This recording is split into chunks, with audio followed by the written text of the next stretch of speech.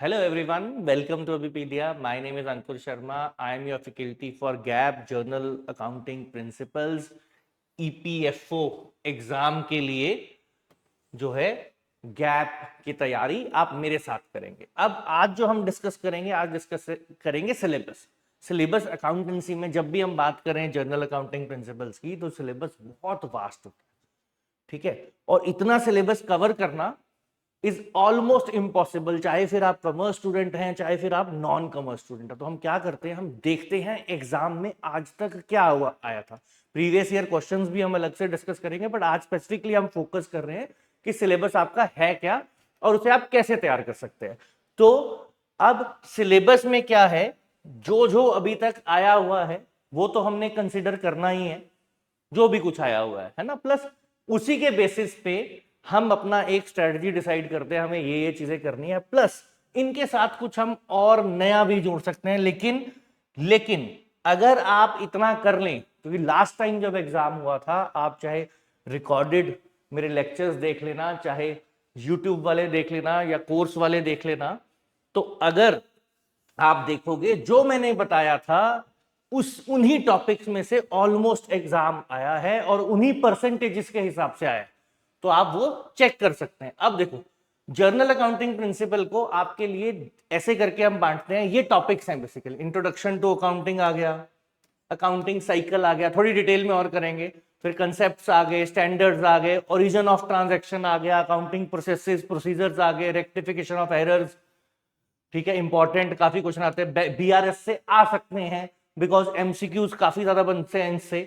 और partnership, accounting for shares, debentures, cash flow statement, ratios, financial statement, non profit organisation, inventories. अब ये inventories देखो, last time 2023 में जब एग्जाम हुआ था उससे पहले कभी इन्वेंट्री से क्वेश्चन आया नहीं था। बट आप चेक करना, मैं बार बार बोलता हूं कि आप चेक करना, रिकॉर्डेड वाले मेरे जो चाहे यूट्यूब है या चाहे कोर्स है उसमें आप देखना, मैंने इन्वेंट्रीज कवर कराया था और जो मैंने मेथड करवाए थे उन्हीं में से जो है दोनों एग्जाम में क्वेश्चन आया था। सिर्फ मेथड का फर्क था, एक में लीफो आया था, एक में फीफो आया था, ठीक है जी। और फिर स्पेशल जर्नल्स आ जाते हैं, इनमें ज्वाइंट वेंचर आ जाता है, आपका कंसाइनमेंट आ जाता है, ये सारा इसके अंडर आ जाता है। और फिर finance companies final accounts, financial statement जो होती हैं वो, और financial accounting from financial systems, जो बेसिकली अकाउंटिंग कंप्यूटराइज्ड अकाउंटिंग होती है, वो भी टॉपिक जो है कितनी उसमें से हम इंफॉर्मेशन जो है मिल सकती है हमें उसके रिगार्डिंग। अब देखो थोड़ा सा डिटेल करते हैं। अब मैं हमेशा सिलेबस को जो है हमें क्या करना होता है, ऐसे देखना होता है।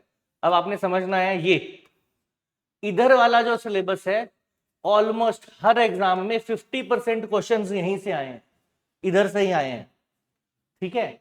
क्या है इसमें, बिल्कुल बेसिक अकाउंटिंग। अकाउंटिंग साइकिल का मतलब क्या होता है, जो जो चीजें रिपीटेडली, साइकिल क्या होता है, वाटर साइकिल करते हैं आप, कोई और साइकिल, साइकिल का मतलब क्या होता है, रिपीटेडली होती हैं। तो ये हर साल अगर कोई कंपनी, जो चाहे वो कोई कंपनी है, चाहे वो सोल प्रोप्राइटर है, चाहे वो पार्टनरशिप है, चाहे वो एनपीओ, लगभग इसी पैटर्न पे बेस्ड उनकी अकाउंटिंग चलती है। एनपीओ की थोड़ी अलग होती है, नॉन प्रॉफिट ऑर्गेनाइजेशन की, लेकिन बाकी सबकी, हाँ, बैलेंस शीट या प्रेजेंटेशन या फॉर्मेट्स वो बदल जाते हैं, चाहे फिर वो बैंक हो, चाहे वो इंश्योरेंस कंपनीज हो, चाहे कंपनीज हो, नॉर्मल कंपनीज हो, चाहे सोल प्रोप्राइटर हो, चाहे पार्टनरशिप, बेसिस यही रहता है। इसको बोलते हैं बार बार हर साल लगातार ऐसे अकाउंट्स बनते हैं। और ये बेसिक अकाउंटिंग है जिसमें जर्नल आया, जर्नल के बाद ट्रांजैक्शन लेजर में जाती है, फिर ट्रायल बैलेंस में जाती है, फिर ट्रेडिंग अकाउंट, मतलब जो ट्रायल बैलेंस आपका बन जाता है। ये सारा प्रोसेस, बिजनेस ट्रांजैक्शंस होती हैं, जर्नल में जाती हैं, लेजर में जाती हैं, ये सारा प्रोसेस जो है पूरा साल चलता है, इसको कहते हैं रिकॉर्डिंग। इसके बाद ट्रायल बैलेंस बन जाता है जिसको कहते हैं हम समराइजिंग, समराइज कर दिया, पूरे साल का नटशेल यहां डल जाता है।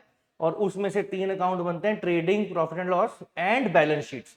कॉमर्स वालों को तो ये पता ही होगा, नॉन कॉमर्स वालों के लिए एक बार थोड़ा सा मैंने बता दिया।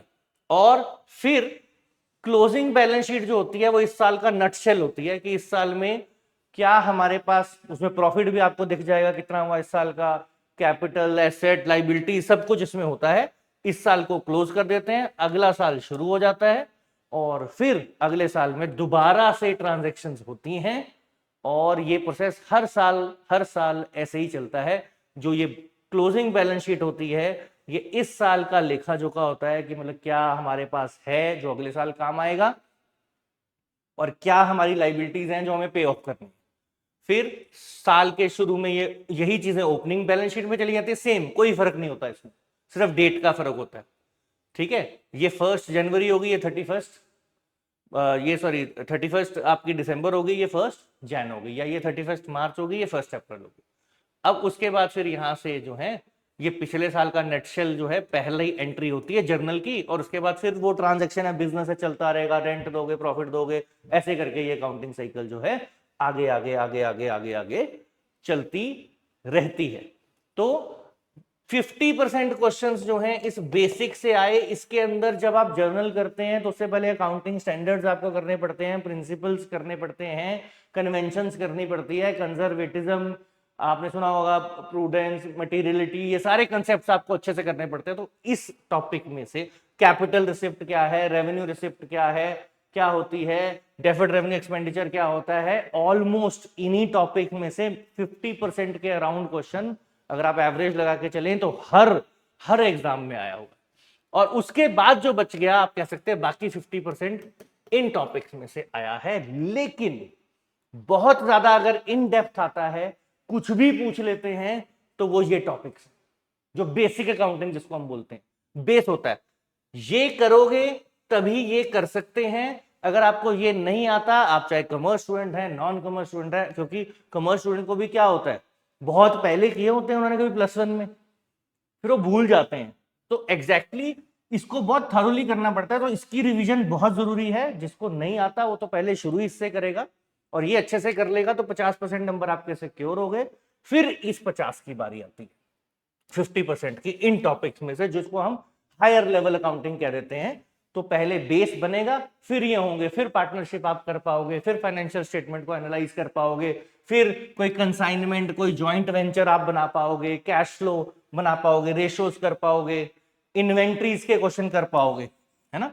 इन्वेंट्रीज के रिगार्डिंग मैंने आपको बता दिया कि ये इसका क्वेश्चन लास्ट टाइम ही आया है, लेकिन मैंने पहले भी कराया था, क्योंकि इससे एक्सपेक्टेड होता है, जैसे बीआरएस है, बीआरएस से भी एक्सपेक्टेड होता है कि जो है वो बीआरएस इसी में बेसिक अकाउंटिंग में ही आ जाता है, जो मैंने इनिशियल लिखा उससे भी चांसेस होते हैं कि आपका क्वेश्चन आ जाए, बिकॉज में छोटे छोटे क्वेश्चंस एमसीक्यू टाइप बहुत ज्यादा बनते हैं। और रेक्टिफिकेशन ऑफ एरर जो भी, वो भी बेसिक अकाउंटिंग में ही आता है यहां पे इसी के साथ। तो सिलेबस को 2 हिस्सों में बांट दिया। पहले ये करना जरूरी है, आप ऐसे भी बोल सकते हैं, जो मैंने यहां पे लिखे हुए टॉपिक्स, ये सारे ये बेसिक अकाउंटिंग है। उसके बाद आप इनको टच कर सकते हैं, चाहे आप कॉमर्स स्टूडेंट है तो भी आपने पहले ये रिवाइज करना, फिर उसमें जाना। 50% क्वेश्चन इसी से आए हैं। और जो आप अपनी तैयारी बेस रखेंगे, इन्हीं टॉपिक्स के ऊपर बेस रखेंगे। इसके अलावा भी अगर कुछ कवर करना हो, कराना हो, तो that I will see to it.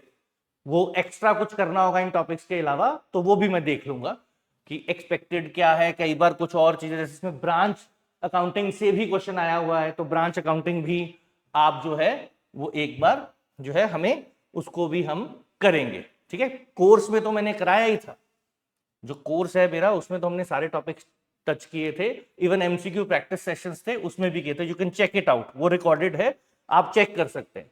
ठीक है जी, आज के लिए हमने सिलेबस डिस्कस करना था। नेक्स्ट प्रीवियस ईयर क्वेश्चंस भी हम डिस्कस करेंगे, एंड प्लस कुछ ना कुछ इंफॉर्मेटिव आपके लिए लाते रहेंगे।